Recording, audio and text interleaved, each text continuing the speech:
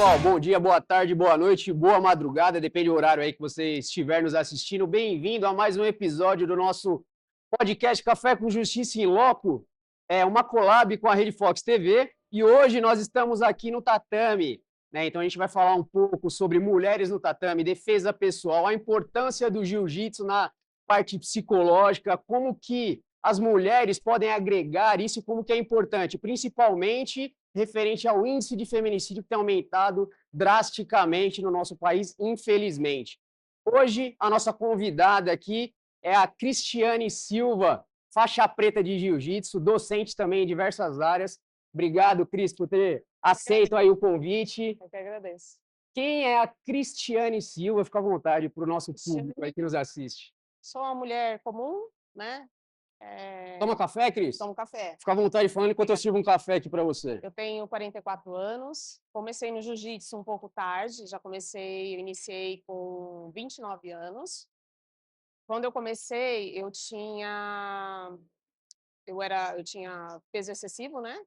Eu tinha diabetes, então, por conta do meu peso, obrigada. Eu pesava em torno de 125 quilos e me submeti a uma cirurgia bariátrica.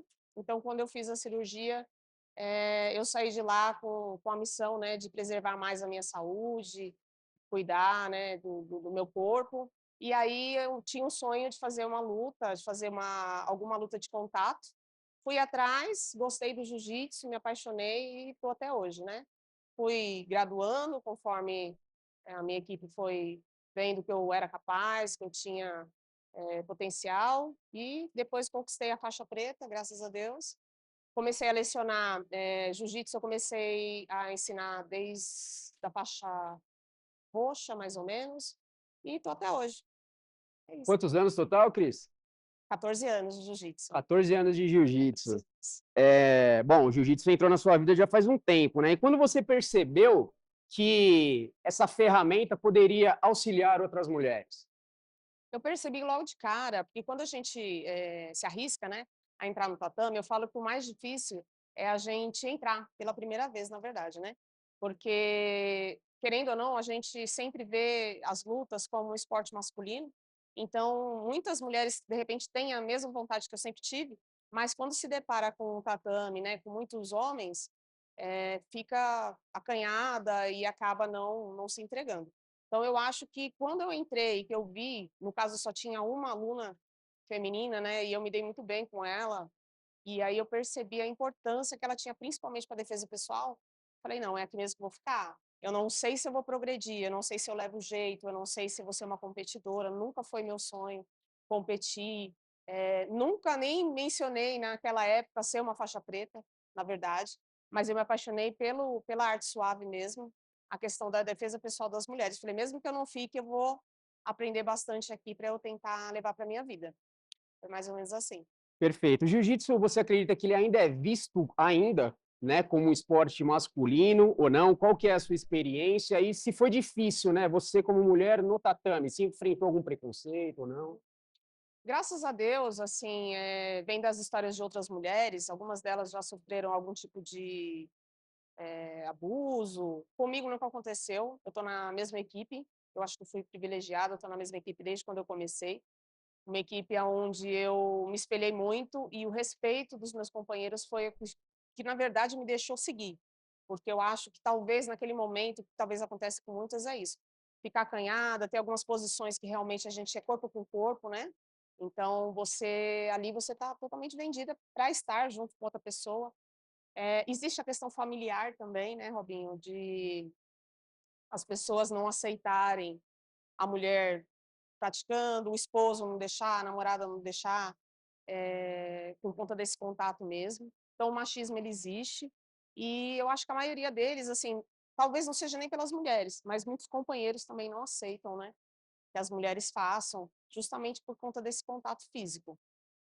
Eu acho que enquanto a gente não tiver essa questão de pensar de uma forma racional mesmo, do que a gente precisa hoje, enquanto isso não acontecer, a gente vai ter cada vez, a gente não vai progredir, né, as mulheres não vão cada vez mais alcançar o tatame. Graças a Deus já vem sendo bem divulgado, né, o MMA vem trazendo aí várias mulheres competindo, que está sendo bem legal, então acho que tá trazendo, mas eu acho que podia ser um processo um pouquinho mais rápido.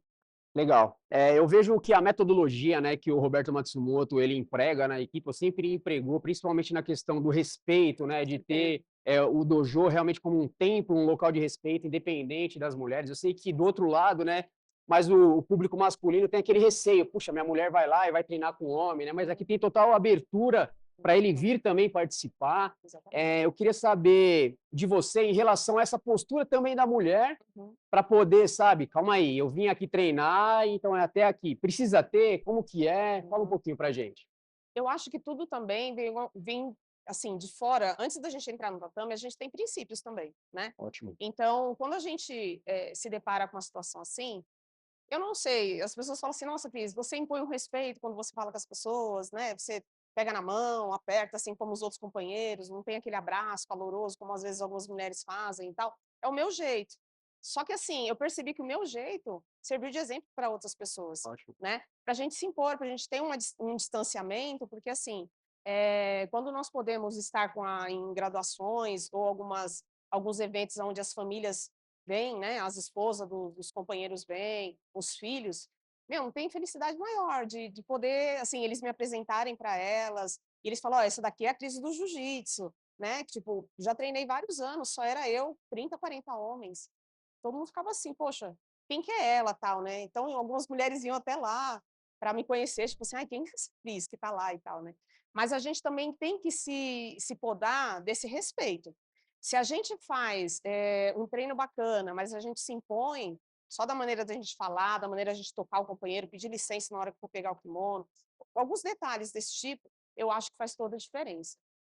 Eu como mulher, eu sempre trabalhei maquiada, né, perfume, a mulher tem a vaidade dela, coisa que o homem não, chega, tirou a roupa, colocou o kimono tá pronto. A gente não, né, a gente faz a unha, faz o cabelo e tal. Então assim, a mulher, primeira coisa, ela tem que deixar a vaidade dela um pouco de lado, nesse momento, né, mas principalmente ter respeito com o outro. Então assim, sempre passei um demaquilante, lavo o rosto, e tal. Já pensou, né, uma esposa vai lavar o kimono do marido, tá cheio de batom, de maquiagem? Não vão ser todas que vão entender, né. Verdade. Então eu acho assim, você precisa pensar no outro, você tem que ter empatia também, para que o respeito seja mútuo. Eu acho que o que você traz também pra gente é a conduta, né, de um faixa preta, né, a postura não somente no dojo, né, acho que fora Isso. daqui, independente, você e não ser diferente, mas você realmente, porque ali você é referência, né, eu acho que esse é o nosso papel na sociedade também. E o jiu-jitsu é isso, né, ele É. traz as personalidades que a gente tem aqui, a gente tem que ser lá fora também, né. Eu acho que é todo um conjunto. Legal. Nesse mês aqui, né, nós estamos fazendo algo diferente, que é o mês aqui onde a gente está homenageando, né, o mês das mulheres, né? A gente teve o Dia da Mulher agora, dia 8. E, infelizmente, a gente vai abordar um tema aqui que é muito sério aqui, né? A questão da violência contra a mulher. No Brasil, os casos de violência doméstica e feminicídio, eles têm aumentado drasticamente, né? Hoje o Brasil, ele registra, foi atualizado agora neste mês, agora de março, 1.568 mulheres vítimas de feminicídio. Isso demonstra que 4,7% de aumento, então 4 mulheres são assassinadas por dia. E, pasmem, o perfil das vítimas são pessoas íntimas, familiares, né? E esse cenário é um cenário realmente preocupante. Como que você enxerga isso e como que você trabalha na questão com as suas alunas, com a questão desse posicionamento e dessa postura para o jiu-jitsu para a vida? Sim. Quando eu comecei a dar aula de jiu-jitsu, o meu objetivo foi fazer junto com o Roberto Matsumoto, ele me deu a oportunidade da gente fazer um grupo feminino, né. Falei: "Poxa, que legal". Só que assim, eu não tinha dimensão do que eu encontrar, né. Porque assim, treinando com todo mundo e ele sendo o mestre, ele conhece, querendo ou não, ele conhece um pouquinho da particularidade de cada um. Mas eu ali falei assim: "Poxa, eu não tive essa noção, né, agora eu tô com as mulheres aqui, e eu vi que cada uma tem uma história". Só que assim, infelizmente, eu percebi que uma parte delas também procurou o jiu-jitsu para ser, tipo assim, um grito de socorro. Então isso me doeu bastante, tá. São pessoas que já sofreram talvez na infância, mulheres, tá, mulheres de mais de 30 anos, durante a sua infância sofreu algum abuso, e aquilo ficou na mente, sabe? Poxa, um dia eu não gostaria que minha filha passasse por isso, eu não gostaria que minha sobrinha passasse por isso, e foi buscar arte suave para, de repente, ajudar outras pessoas. Eu achei isso bem legal. Realmente uma coisa triste, mas trouxe para elas, né? Elas precisaram ter essa vivência para poder ter coragem de fazer Certo. defesa pessoal. Teve alunas também que chegaram, particularmente, para me dizer que sofria abusos em casa. Então, assim, eu Desculpa te passei. cortar, Cris, mas e nesse Sim, caso, quando uma aluna vem e te traz, sabe, algo tão complexo e tão grave, qual que é a sua postura como professora e olha, mulher? Qual que é a sua diretriz? eu fiquei bem, bem assustada, porque eu não achei que isso fosse chegar em mim, né? Eu falei, poxa, eles me veem como professor, não vai chegar em mim e vai falar. Mas elas conseguiram ter uma confiança tão bacana. Porque é uma responsabilidade E também, né? e aí eu me vi responsável por aquilo. Falei: "Gente, eu preciso fazer alguma coisa, né". Então, assim, foi procurar a família, né, procurar a mãe, porque realmente, como você falou, os abusos, 80% deles acontecem dentro de casa. Então, assim, não é uma questão só de você denunciar ou você ir, é uma questão familiar complexa, Certo? onde envolve marido, pai, madrasta, padrasto, irmãos, tios, pessoas que frequentam aquela casa. Então a gente tem que agir com muita cautela, com muita decisão, para não correr o risco, né, de virar uma bagunça mesmo, das pessoas terem informação e depois negar, falar que não é verdade. Então primeiro a gente precisa apurar os fatos, né, e nesses eu tive 2 casos, tá, e aí eu procurei a mãe, eu falei: "Como que é a mãe nessa situação?". Aí uma delas a mãe já sabia, e era conivente, conivente assim, né, tinha medo Caramba. de denunciar, e a outra mãe não sabia. Então eu procurei, conversei, e a minha satisfação maior foi de ter resolvido. Isso para mim foi o mais prazeroso de tudo, né. Hoje elas são pessoas que já praticam também o jiu-jitsu ainda, não desistiram, não foi por causa dessa violência que elas sofreram, então, para mim foi muito satisfatório. Terminar o caso bacana, cada um vivendo a sua vida de uma forma bem bem melhor. Eu vejo uma conexão direta em relação ao tema que a gente está Uhum, abordando aqui com sim. a legislação atual, né? E pegando esse gancho, o que que você poderia abordar referente ao seu conhecimento, à sua vivência e a transmissão disso para suas alunas? É exemplo a Lei Maria da Penha, uma lei que protege, né, a violência aí contra as mulheres. Fica Sim. à vontade para poder falar para a gente. Sobre a Lei Maria da Penha, na verdade, eu uso ela como referência, principalmente no Agosto Lilás, que a gente também faz campanhas, que é o mês contra a violência, das mulheres. O que acontece? Maria da Penha foi uma pessoa que era muito inteligente, estudou muito, era uma física, e só que assim, o tempo dela era completamente diferente, mais difícil que o nosso. Hoje nós temos, aonde denunciar, nós temos, como buscar essa informação, a gente tem ajuda. Mas naquela época não tinha, né, não se comentava, não se dizia nada, nem telefone, na verdade, muitas pessoas não tinham. E ela, sofreu abusos pelo marido, teve 3 filhas, passou a vida inteira sendo humilhada, né, ele por diversas vezes tentou matá-la, porque para mim só pode ser uma pessoa totalmente transtornada, ele era psicopata na questão de executá-la mesmo, de judiar dela todos os dias. Então, Maria da Penha, ela foi tão corajosa, ela levou um tiro, né, que deixou paraplégica, e nesse tiro, ela não pôde falar nada, ela tem que se calar. Então imagina assim, a pessoa sofreu os abusos que ela sofria e ainda ter que mentir, né. Ela teve que mentir porque ele falou: "Ou você mente e fala que foi um assalto, ou então eu vou te deixar morrer aqui, agonizando". Então ela preferiu viver por conta das filhas, só que ela ficou com aquela ideia, falou: "Não, eu vou melhorar, eu vou seguir e eu vou conseguir denunciar, eu vou tentar fazer alguma coisa". Mas o legal de tudo também, ela não está fazendo só pelas filhas, ela está fazendo por todas as mulheres, né.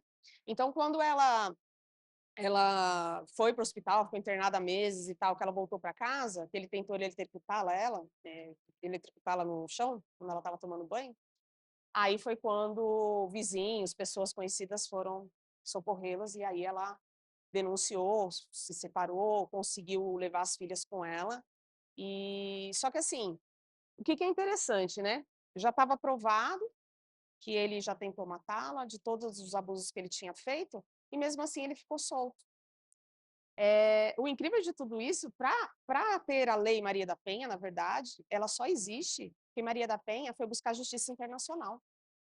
Aqui no Brasil ela não tinha aparato, ela não tinha, né. Foi isso que eu mais achei mais interessante, pesquisei sobre a vida dela, então ela teve que ir lá para as ações, né, para a justiça internacional, pedir uma lei aqui no Brasil e o Brasil só implantou essa lei porque senão ele seria multado.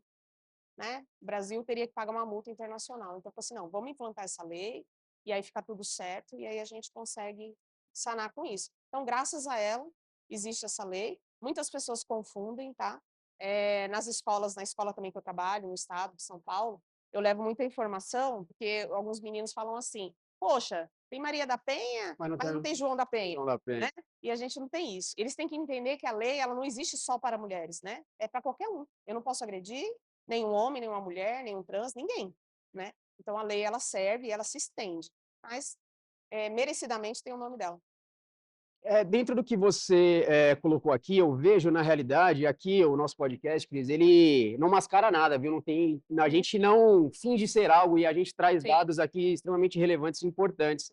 Eu trouxe aqui para você alguns dados referente ao índice de feminicídio que tem aumentado drasticamente, e pasme que a maioria dessas vítimas que vieram a óbito já tinha uma medida protetiva contra o agressor. exatamente. Hoje nós temos, né, a lei da Maria da Penha, a lei do feminicídio, a lei de importunação sexual, a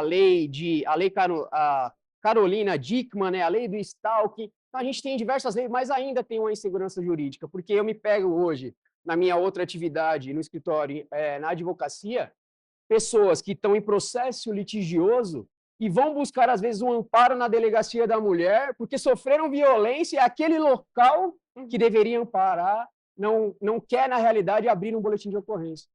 E Exatamente, é o que você acabou de mencionar, né? Às vezes a gente vê tanta lei, mas, porra, cadê a efetividade exatamente. disso? Dentro desse contexto, Cris, você acha que as mulheres não conhecem os seus direitos e a defesa pessoal, ela anda em conjunto com o conhecimento da lei? Olha, eu acredito que hoje, qualquer jovem, adolescente, ela já tem muita informação, como eu falei, e ela já sabe sim quais são as leis. O que vem acontecendo bastante, como você falou, as mulheres que foram assassinadas agora recentemente, que a mídia tá em alta, né, tá falando bastante sobre isso, a maioria delas já tinha essa ação protetiva Tinha um e histórico, não né? adiantou, né? Eu vi o relato de uma senhora, um dia, acho que foi o ano passado, uma senhora, o marido dela ameaçou ela de morte e ela passou o caminhão por cima dele, depois deu ré, passou de novo e se entregou à polícia. Falou, gente, pode vir me prender, porque eu vou ficar 10 anos presa, mas depois eu vou viver, né? E se eu deixasse ele vivo, hoje seria meu último dia. Então, assim, não é justificando, ninguém tem que matar ninguém, somos totalmente contra a violência, mas isso é revoltante, né? Quer dizer, é como se a pessoa, mesmo tendo leis, que eu acredito que foram bem escritas e tudo mais, a pessoa se sente só.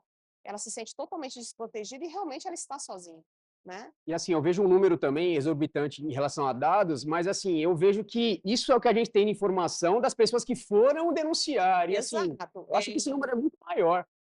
Pelo que eu entendi, eu lembro que a pesquisa até 2024, 6 de cada 10 denunciam.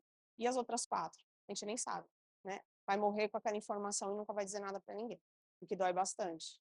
A gente vê, na realidade, talvez endurecimento da parte legislativa, né, porque a pena mínima ela foi elevada de 12 para 20 anos, né, podendo chegar até 40 de reclusão, mas a efetividade mesmo de amparo para essa mulher, eu não vejo muito.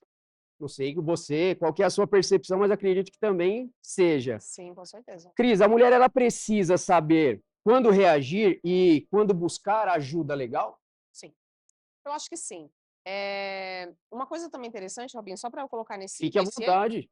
é a questão da violência psicológica, né, Legal, é isso. a violência doméstica. Porque lá não é só agressão Então, física, né? e é algo agora, eu acho que está sendo novo, de uns 10 anos para cá, essa informação. E ela vai dando indícios. Isso, porque assim, ó, o que que se tinha, né? A mulher viveu a vida toda sofrendo essas violências, mesmo que não fossem físicas, nem sexuais, mas ela vivia dentro daquilo, só que ela não sabia, né? Então a informação ela também precisa crescer nesse sentido. Eu acho assim, uma forma da gente abrir melhor esse leque, todo mundo tem informação, desde a adolescência, inserir mais nas escolas, né? Nos meus grupos, por exemplo, de jiu-jitsu, eu falo sempre, então elas já têm a informação, mas são poucas, né? Quantas meninas de uma sala de aula faz jiu-jitsu? Se tiver uma, é muito, né? Então, eu acho que tinha que ser inserido na educação deles, na parte pedagógica mesmo. Eu acho que seria uma medida boa. para a gente trazer todas essas informações. Como que é relacionado não é só violência física nem sexual, que é o que eles relatam, tipo, ah, aconteceu isso, eu tenho que gritar. Não, você pode falar muito antes disso. Você acredita que a ajuda, feminina em relação à sua parte de instrutoria, de docência, ela tem ajudado na segurança psicológica das mulheres? Eu acredito que sim. Eh, os encontros que a gente faz, é o que eu sempre escuto delas, que é bem bacana, que ela fala assim: "Poxa, que legal, eu não estou sozinha". Então, eu acho que falta, né, falta muito esses grupos de apoio, falta muito as pessoas falarem um pouco mais também, porque às vezes as mulheres, elas não falam, são amigas, frequentam algum ambiente social, mas elas não falam da intimidade delas, né. Talvez por uma abertura, talvez por vergonha, talvez por preconceito, né. E eu acho que tem que ser uma conversa mais aberta, tem que ser uma coisa mais, que não precisa ser tão íntimo com relação àquilo que você sofre e aquilo que você pode dividir. Eu acho que agora também é um ano, né, um ano de eleição, né, eu acho que aí quem venha como deputado, vereador, os nossos parlamentares, Uhum, realmente fazer algo efetivo para que seja realmente uma ferramenta uhum. social, né, a questão da prática de uma defesa pessoal, porque é importante, Exatamente. precisa, pelo menos é o que eu vejo. Assim, é muito bonito, tudo bem, a menina que quer fazer o balé, Uhum. mas é também importante, talvez, a menina saber uma defesa pessoal, Cris? Exatamente. Totalmente. Essa semana saiu bastante, eu vi bastante reportagem sobre isso, né. Eh, toda prática esportiva, ela é válida, qualquer uma, a gente sabe, né, tem 1000 razões aí para a gente estar praticando um esporte. Mas a defesa pessoal, para mim, eu sou mais radical até, para mim seria obrigatório. Que nem o exército, o jovem do sexo masculino, a partir dos 17 anos, tem que se cadastrar para servir o exército, e aí às vezes ele é dispensado ou não e tal. Que fosse algo assim, como se fosse um certificado, ó, a menina completou 14 anos, ela faz uma aula de defesa pessoal e também tem a parte teórica que fala sobre os direitos dela e tal. Eh, eu acho meio impossível, mas assim, eu sou bem radical, eu acho que seria muito Eu importante. acho que não é radicalismo, não, eu acho que é o que é necessário, né? A gente vai ver agora o que não vai faltar é político indo na pastelaria, indo no, né, É, no bairro para poder ganhar voto, mas na realidade a gente está precisando realmente de ferramenta efetiva social, né? E essa aqui é exatamente, uma pauta que eu acho que é de uhum, extrema importância, com né? Porque certeza. eu acredito que o treinamento ele reduz, sim, o risco de violência. Sim. E o que você pensa em relação ao agressor? Ele escolhe alvos mais vulneráveis ou não? Depende, né, o psicopata é que nem eu falo, ele não se torna psicopata, ele já nasceu psicopata, né. No decorrer da vida dele, ele teve lá a sua infância, sei lá como foi a vida dele, e ele aí começa a praticar, ou não, às vezes ele até morre sendo psicopata, mas nunca matou ninguém, nunca né. Mas eu acho que quando ele tá nessa fúria de ir atrás de uma vítima, eu não acredito que ele escolha porte físico ou algum tipo de acessório, que ele esteja com bolsa, que ele esteja eu acredito que não. É Realmente oportunista. isso. Ah, surgiu a oportunidade, poxa, eu estou num beco escuro, a mulher está ali, ah, vou lá. Dá uma olhada para um lado, dá uma olhada para o outro. É uma situação bacana de pegar? Ele vai lá e busca. Pode ser idosa, pode ser pessoa mais jovem. Eu acho que esse tipo de pessoa não sabe nem a qualificação que ele quer sobre nada. Perfeito, Cris. Toda mulher, então, você acredita que deveria aprender uma defesa pessoal? Com certeza, sem dúvida nenhuma. E você defende, claro, o jiu-jitsu, né? Sim. Você vai Uhum. puxar a sardinha para o jiu, assim como eu também. É, Na prática, ele auxilia como defesa pessoal? com certeza. Eu É, sei que você trouxe uma atleta aqui também, né, uma amiga da sim, equipe, para poder fazer a demonstração de algumas, atividades que você vai direcionar, é uhum, isso? isso mesmo. Trouxe a Andressa, né, ela é faixa roxa da nossa equipe. E trouxe ela para a gente testar aí e mostrar para vocês o que que é possível fazer diante de um agressor. Bom, então vamos afastar aqui os bancos, fica à Uhum. vontade para poder, chamá-la aí. Andressa, por favor. Nossa. Cris, fica à vontade, tá? Uhum. A gente vai fazer algumas posições, falei, pelo menos a gente põe umas 3 posições, que é o que mais acontece na rua, né, então não é uma posição, só de jiu-jitsu, mas também uma posição que a gente consiga se defender. Quando a gente fala de aprender uma defesa pessoal, eu não estou falando para você lutar com o agressor, Jamais, né? Ainda mais que se ele estiver armado, a gente jamais também deve reagir. Então, a gente não enfatiza isso. Não quero que reaja, não quero que tente tirar a arma, nada disso. Mas alguns movimentos a gente consegue fazer para que a gente possa sair correndo mesmo, procurar ajuda, conseguir dar um grito de socorro e ganhar um pouco de tempo. Então, eu sempre falo assim, a defesa pessoal, ela ajuda, não é nem finalizando o agressor, né, que é o que a gente usa dentro do jiu-jitsu, mas é justamente para a gente buscar esse socorro e conseguir sair correndo, tá? No caso, a Andressa está aqui, ó. Quando o agressor... Vou puxar seu cabelo comigo?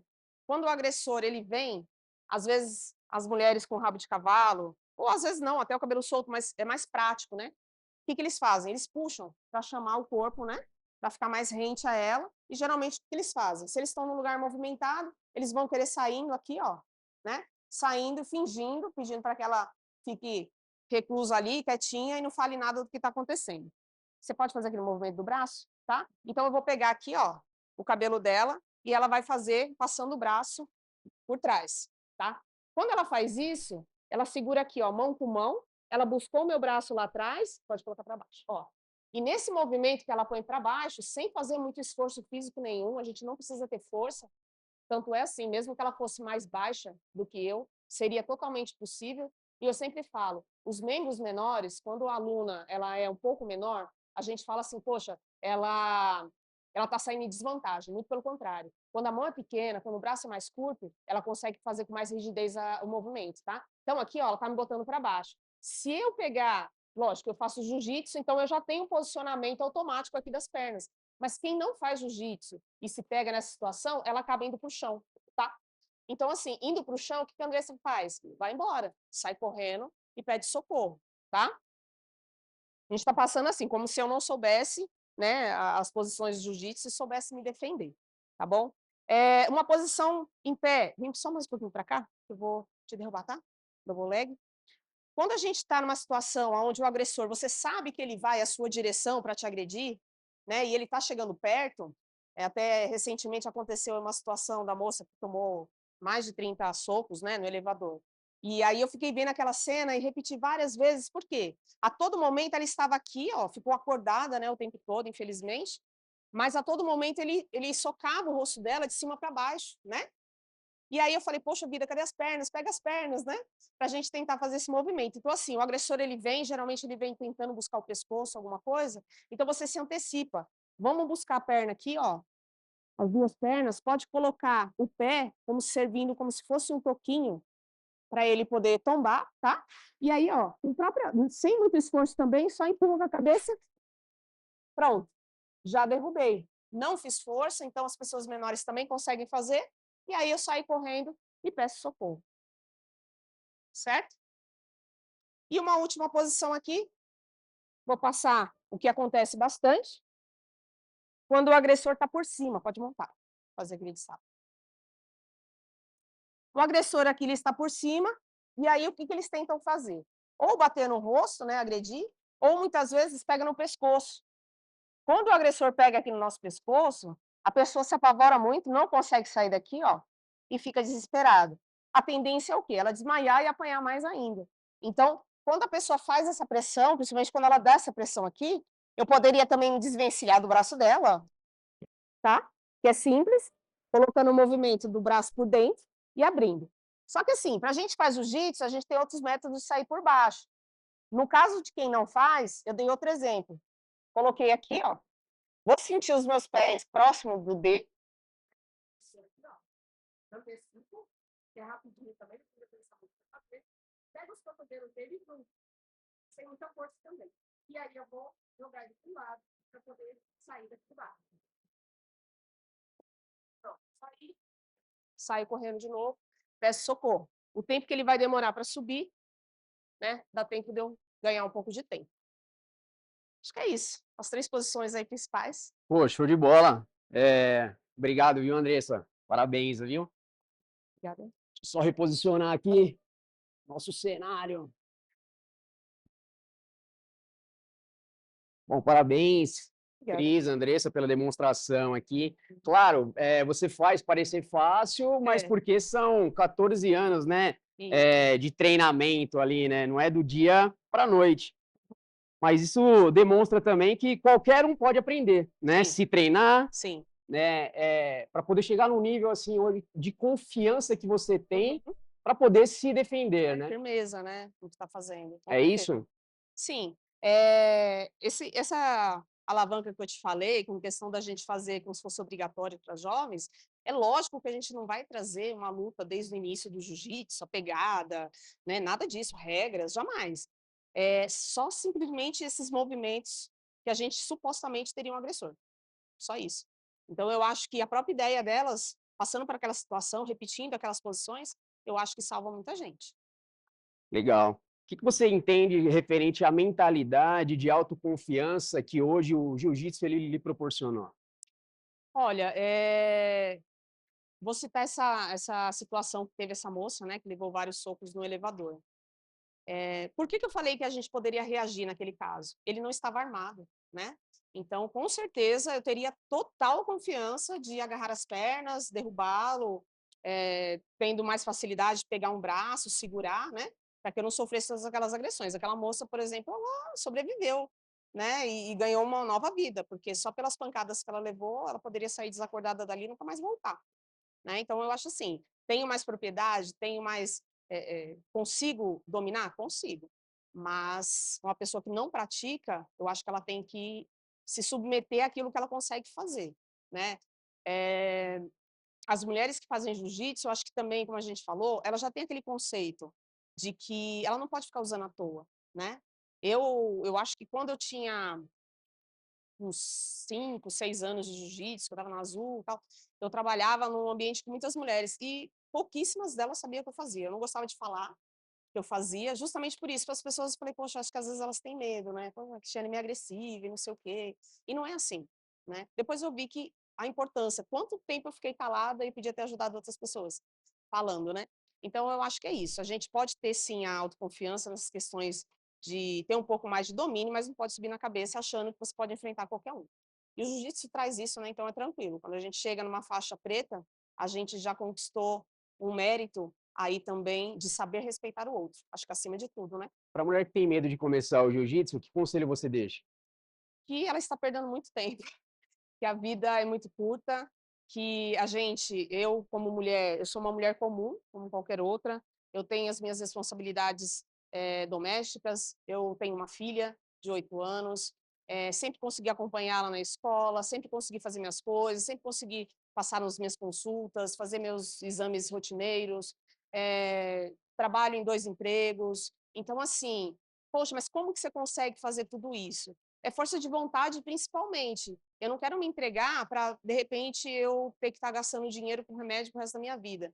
Quando eu comecei no jiu-jitsu, eu tinha 29 anos e eu estava com diabetes, então eu aplicava insulina 2 vezes ao dia, né. Os meus pés, eu sentia muitas dores por causa do meu sobrepeso, e trabalhava todo dia sentada, sedentária, então assim, eu fiz uma escolha. Quando eu fiz a cirurgia da redução de estômago, eu não fiz só a cirurgia para eu ficar magra, eu queria saúde. E Perfeito. aí o jiu-jitsu completou totalmente com essa questão da parte física. Então hoje eu não tomo nenhum remédio, não tomo nada e vivo bem, graças a Deus. Cris, parabéns aí pela história, parabéns, né, meu, nossa, passou muito rápido, né, ficaremos aqui horas conversando. Esse assunto Vamos não fazer falta. um bate-bola rápido? Vamos, Vou te fazer uma pergunta e você, termina ela para mim, tá? tá bom. Então, o jiu-jitsu é o quê para você? Minha vida, Defesa pessoal significa necessário, força feminina é o quê? capacidade, E uma palavra para coragem. nunca desista. Legal. Acho que é isso. Cris, aqui é uma lembrança, tá? Uma caneca do Café com Justiça, somente um mimo aí para quem participa, Legal. um certificado, né? Eu Ok. sei que você gosta de ler também. Aham. Isso aqui é uma leitura do mestre Fábio Gurgel, tá? Inabalável, que a gente pode agregar também para a área do empreendedorismo e dos negócios através do Legal. jiu-jitsu, Conhecimento é tá? sempre bom. Uhum. Parabéns. Obrigada. Quer deixar alguma mensagem para o nosso público? Fica à vontade. Legal, né, acreditar que realmente o jiu-jitsu ou qualquer outro tipo de luta não é só no campo masculino, né.